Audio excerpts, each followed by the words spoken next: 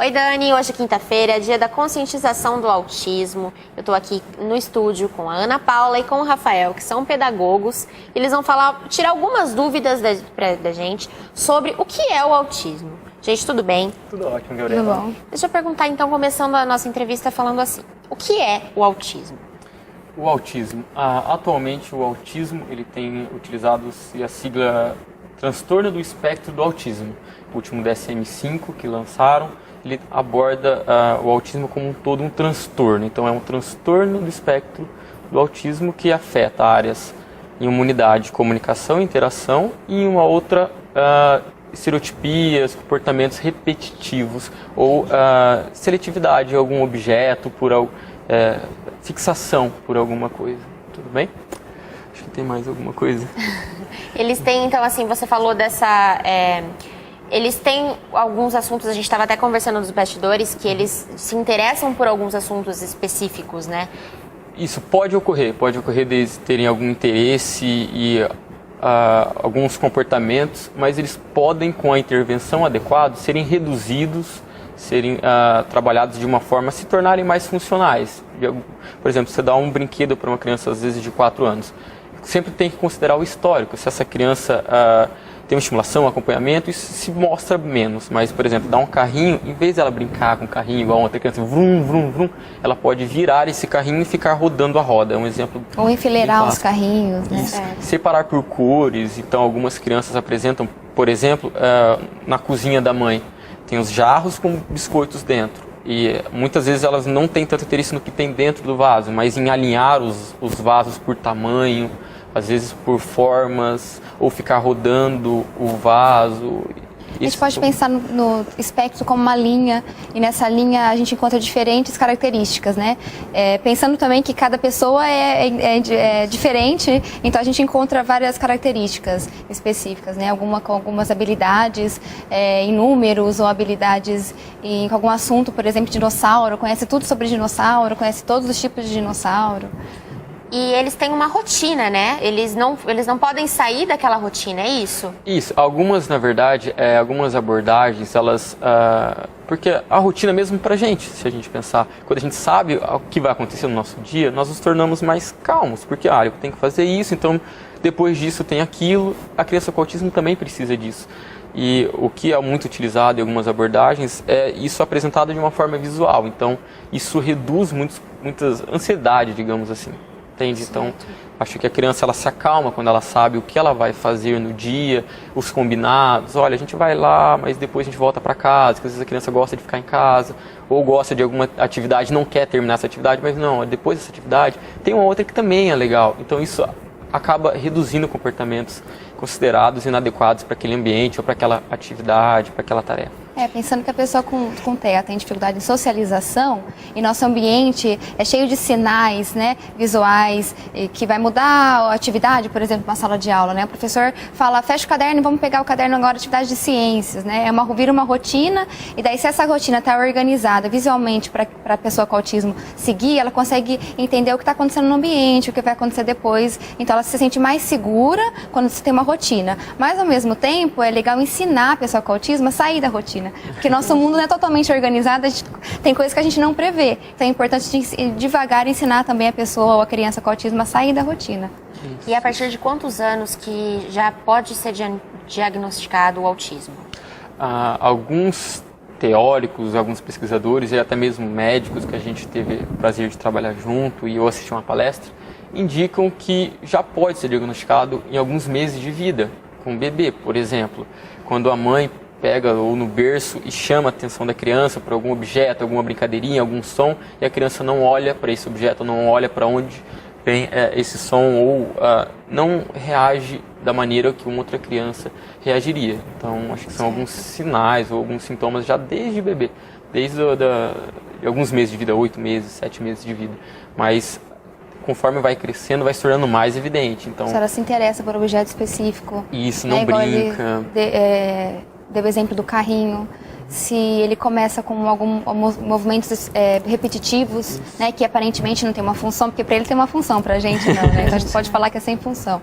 Enfim, então se ele tem movimentos repetitivos com alguns membros, né, com a mão, com o corpo, com a cabeça, é sempre bom procurar, né, um especialista, para especialista psicólogo ou pedagogo especialista nessa área, para encaminhar para uma equipe especializada para diagnosticar. E qual que é o tratamento? O que vocês, como pedagogos, vocês têm um projeto, vocês já estão acostumados de lidar com crianças com autismo? Qual que é o tratamento específico para isso? Eu acho que até antes do tratamento é legal falar que o diagnóstico, então se a mãe identificou alguma coisa diferente, né? O diagnóstico ele não é feito através de um exame ou através de um teste. Não, ele é feito com uma equipe multidisciplinar, psicólogo, médico, terapeuta, pedagogo, e eles vão identificar e chegar numa conclusão, depois de várias atividades que eles fizerem com a criança, chegar à conclusão de que tem autismo, né? E daí, a partir daí, as escolas regulares, elas recebem esses alunos. E se a escola regular identificar que precisa de um atendimento para complementar o ensino regular, ele pode ser encaminhado para PAI, para fazer atendimento no período oposto. Ou mesmo a escola oferece esse apoio que é numa sala de recursos, que é esse o nome que a escola tem. Ou a criança pode ir em período contrário ao que ele estuda para receber o atendimento de um professor especialista. Sempre, então, tem um especialista junto com... Isso. A Prefeitura de São Carlos, por exemplo, oferece esse atendimento contraturno, né? Acho que a maioria das escolas tem um professor especialista para oferecer orientação para o professor, para oferecer orientação para os pais, né? E, além disso, também tem pesquisas, né, que procuram identificar qual a melhora, qual a melhor estratégia para trabalhar com a pessoa com autismo. Como a Paula comentou, então não existe um exame, por exemplo, de sangue. Entendi. Não existe um exame acompanhamento específico. mesmo. Isso, então o médico vai observar como a gente sempre menciona, a criança balança os braços, não segue, é tudo por observação dessa criança. Então, o profissional faz uma atividade, principalmente médicos com muita experiência, tem alguns testes que dão algum apoio, sabe? Que vai se observando que esse comportamento não é esperado para aquela idade ou para aquela condição que a criança está inserida. Mas respondendo a sua pergunta, então a mãe identificou, então o que fazer, qual o tratamento? Primeiro você tem que procurar um centro de apoio da sua cidade, procurar o médico quando faz o diagnóstico, a maior parte das vezes faz uma medicação para uma atividade ou para um profissional, e é sempre bom seguir a orientação de um especialista, não vai no achismo, não vai naquela, falaram que é bom fazer tal coisa. Não, procura um profissional, vê o que ele tem. Atualmente tem em escolas que a gente pode falar com maior segurança. Como a Paula me ensinou, tem a sala de recursos dentro da escola, uma equipe de educação especial que faz esse acompanhamento, que faz orientações para professores, faz orientações também para pais. Então, dentro da escola, onde essa criança está matriculada, ela vai receber uma orientação também, tá? Então, fora da escola, existem institutos especializados, como existe na UFSCar uma proposta para se abrir um instituto de autismo, existem centros especializados de autismo que algumas APAES oferecem. Então sempre tem algumas atividades complementares em que a mãe pode realizar, pode tentar matricular essa criança para desenvolver as habilidades, para oferecer condições melhores para o desenvolvimento dela. E a partir disso, então, a criança pode levar uma vida normal, os pais podem ficar despreocupados? Existe sempre um acompanhamento. Então sempre o pai e a mãe sempre vão ter uma atenção. O autismo não tem cura. Então, até hoje, o que nós temos, assim como não tem uma causa, ninguém sabe até agora, não existe um consenso do que causa o autismo. Existem várias pesquisas, né? Mas não existe a causa ainda, a gente não encontrou a causa. Então, a gente não encontrou a cura, né? Existe um método, que é o que a gente trabalha atualmente, que se chama análise aplicada do comportamento, ou análise do comportamento, que é a atual ciência que estuda e que oferece mais segurança para se trabalhar com pessoas com autismo. Existem várias abordagens, existe o TEACH para escolas, o PECS também para escola, que auxilia na comunicação da criança, que são focadas nas áreas e habilidades não desenvolvidas tão bem em uma criança com autismo, com TEA. Mas a família sempre tem que ter em mente que ela tem que seguir uma orientação profissional. Então, procure um especialista, um profissional especializado, seja fono, seja fisioterapeuta, que entenda do assunto, que saiba e siga as orientações, acompanhe essa criança, que ela vai ter um desenvolvimento sim muito bom. Existem na literatura da análise do comportamento, por isso que é uma das que tem evidências de que realmente funciona, em que a criança apresentou uma evolução absurda, uma evolução muito boa, e que quase, em uma avaliação posterior, quase não foi diagnosticada com autismo de novo. Que bacana. Entende? Então, fizeram uma avaliação, foi diagnosticado, fizeram uma intervenção baseada em análise do comportamento, posteriormente fizeram a avaliação de novo e quase não identificaram o autismo.